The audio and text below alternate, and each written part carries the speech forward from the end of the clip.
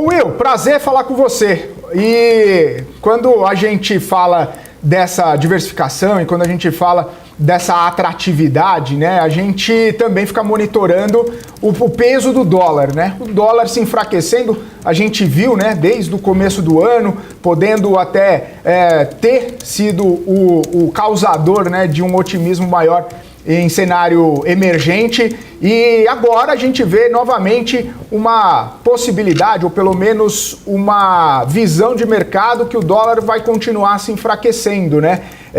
E aí, evidentemente, queria entender um pouco da sua percepção sobre esse cenário, né? Porque a gente sempre fica discutindo aqui, né? Para onde que vão os investimentos, como que isso afeta a dinâmica do mercado, se pode haver algum tipo de correção, se efetivamente, né? Não necessariamente ficar muito fraco, mas a gente vê essa movimentação. E como que fica, né? Inclusive, a percepção dos investidores diante dessa dinâmica, principalmente quando a gente está em meio aí a bolsas americanas descolando até mesmo dessa certa narrativa.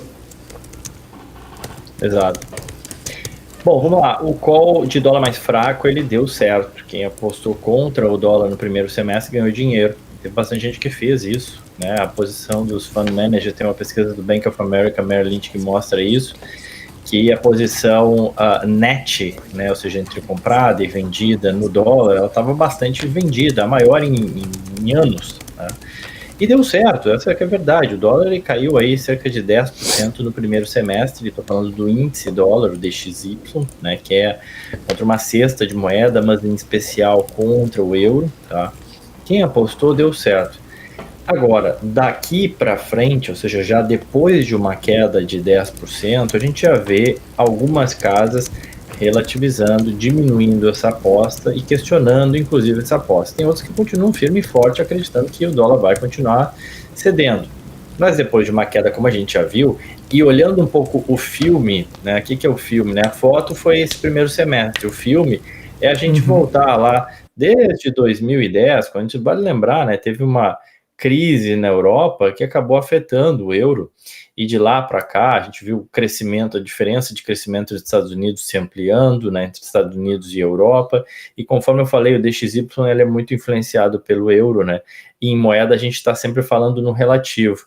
Se você fala no enfraquecimento do dólar, especialmente contra o DXY, você está falando de um fortalecimento do euro, ou da libra, ou do franco suíço, ou do ien japonês. Quando a gente fala do dólar mais fraco contra o real, você está falando que relativamente o Brasil vai sair melhor do que os Estados Unidos. E aí é que eu acho que a gente pode levantar certas dúvidas em até que ponto esse movimento ele é sustentável. Ele pode acontecer no curto prazo.